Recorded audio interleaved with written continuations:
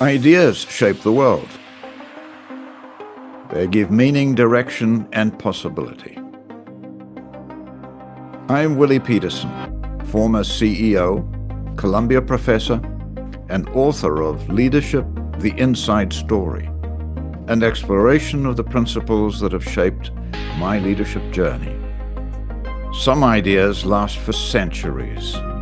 Others emerge and redefine how we lead. This is Ideas That Matter. The stunning thing about African wisdom is that it's been handed down by word of mouth over centuries. You won't find it in libraries, but it's just as profound as Greek, Roman, or ancient Eastern wisdom. And so I've collected these because it's so informative. My uncle in South Africa had a farm, and I used to go there on school holidays and interact with the black staff who were there, very tribal people, and sometimes listen to their deliberations, and was stunned by their knowledge of nature, of family life, of the human condition.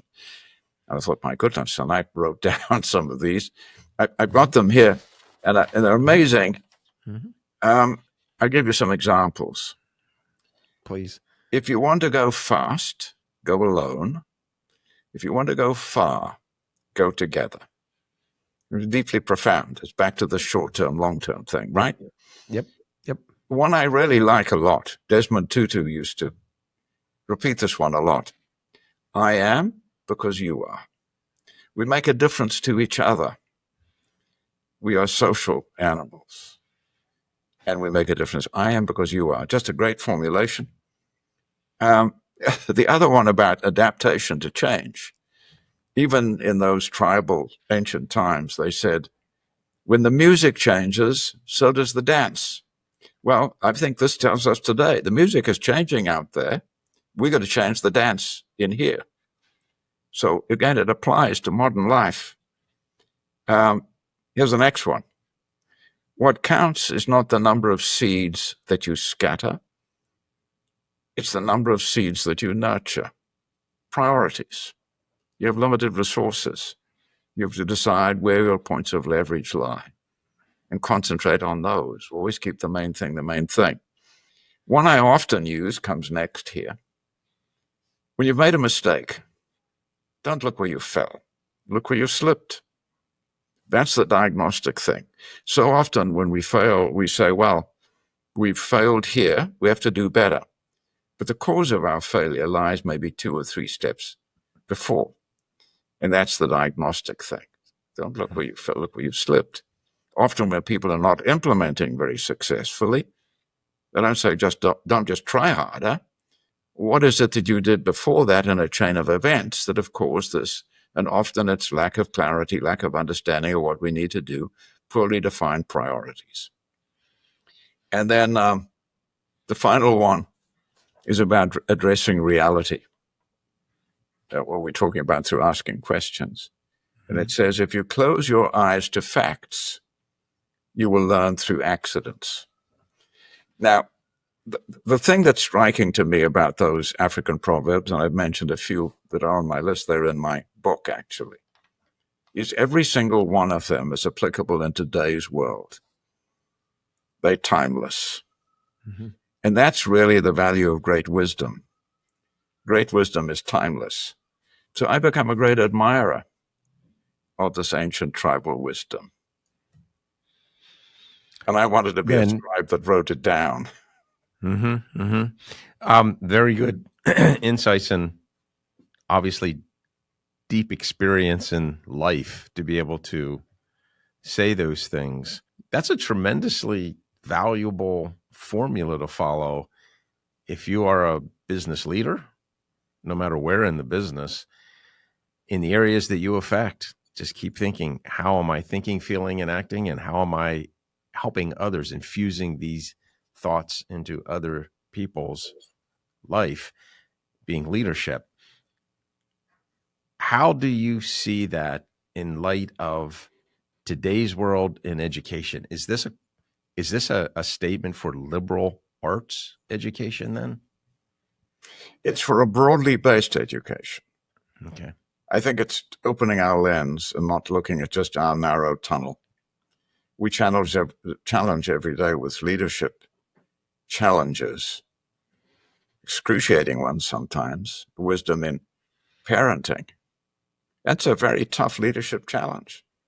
But how do I learn about doing that well? Well, and maybe I learned some stuff about doing that well from the social sciences, from psychology, from social science, maybe from the military, maybe from business leaders who think broadly. Maybe I can get an inspiration from Mandela, a national leader. And so when we open the lens, we find better answers than we do just on very narrow areas of inquiry. So I find that's a critical thing to help people because it's about context. I think that real wisdom comes from connecting the dots. It's from seeing the connections between things that are sometimes hidden from us. And the most profound insights don't really come from analysis. They come from integrated thinking, synthesis, connecting the dots, seeing the connections between things. Now, a final thing that I just emphasize over and over in the educational field is that ideas are important and learning is important, but learning is never complete until it changes behavior. So we're doing it in the interests of we're learning our way into a new way of behaving. And that's really the answer. For me, the rest of it is abstract and fine. I mean, that's interesting. But at the end of the day, what we're asking ourselves as human beings is how should we act, right? So it's back to that philosophical triad of questions. What's true? What's important? And what's right? Now, you can add the fourth one, is how can I act on what's right? And at the end of the day, that's the bottom line. But now it becomes informed action. It becomes action based on a set of principles, on a set of learnings, that inspire others and help us cope with the changing world and adapt successfully to it. So I come back to the point that when it comes to leadership in the organizational sphere, the single most important responsibility is the sustainability of the organization. And look at the track record. We've got to turn it around. How we're going to do that? It's a big responsibility for organizational leaders. Is it going to go from 12 years of survival on average? Well, some last much longer. And it's a bell curve, obviously, they're averages. But if it keeps going in this direction, we're going to get into dire trouble. So, let's turn it around by becoming more successful at adaptation. That means we have to be better learners with better tools than we've ever been before. Do you think that there are enough business leaders today thinking the way you're thinking to say we need to reinvent business, how we're putting businesses together and what we need to do so we can achieve that next level of adaptation? A number of them are talking the language. I don't know how many of them have embedded practices to make it real. Mm-hmm. But they're really, redefining, reinventing businesses as adaptive systems. Mm-hmm. Because that's what success looks like over the long term, that you become an adaptive system with superior ways of sensing and responding to a constantly changing environment. And again, I come back to the point, these are not choices. These are laws imposed on us that constrain what we do and inform what we do. Yeah, I do see people recognizing this more and more and striving more and more. I don't see as much as I'd like to see about practical tools to help organizations become adaptive systems.